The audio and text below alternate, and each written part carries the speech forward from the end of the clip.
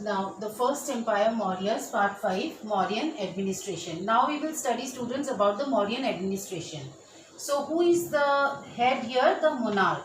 Now, we have come to know about the Mauryan administration from the edicts of Ashoka, then Indika, the book written by Megasthenes, and Arthashastra, that is the book written by Chanakya, also known as Kautilya.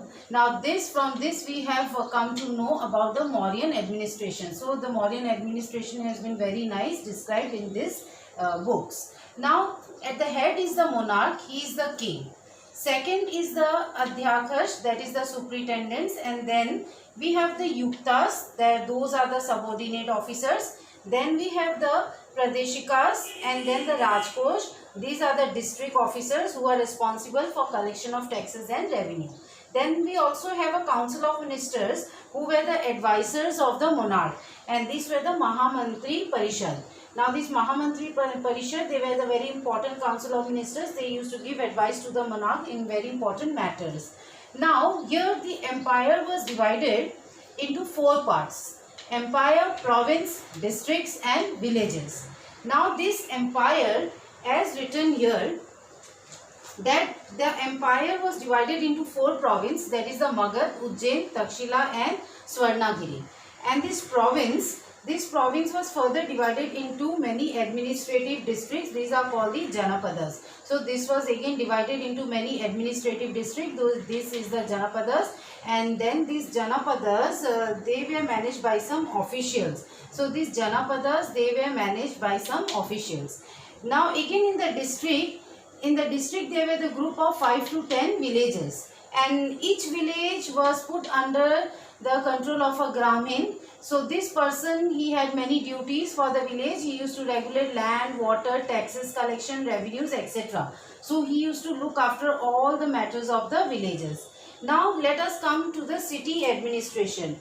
Now this is the urban government. The city means the urban government was very much well organized, and it has been, according to Megasthenes, it is written according to Megasthenes that in the city of Patliputra there was a committee of 30 people. So in this Megasthenes book Indika, it has been described that this Patliputra place, there was a committee of 30 people, and they were divided into 6 groups. So this committee of 30 people, they were divided into 6 groups.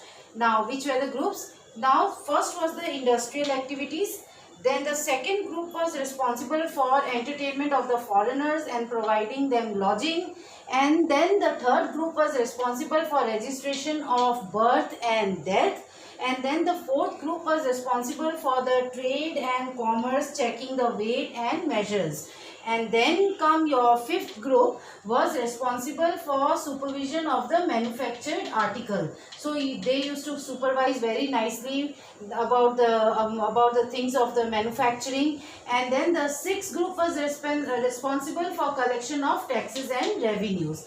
Now next we will study about the status of how was the society in that time. Now in the society that time, the Varna system was prevalent, and there were different laws for different castes. Now it is also told that the society in that time was very good one, and the women, they enjoyed, they were qualified, and they had the greater rights, and they were expected and educated. So it was a very, you can say, a very good society. And then education. Now the famous educational centers which were established were in Takshila, Ujjain and Varanasi. Now next video we will study something about the economy.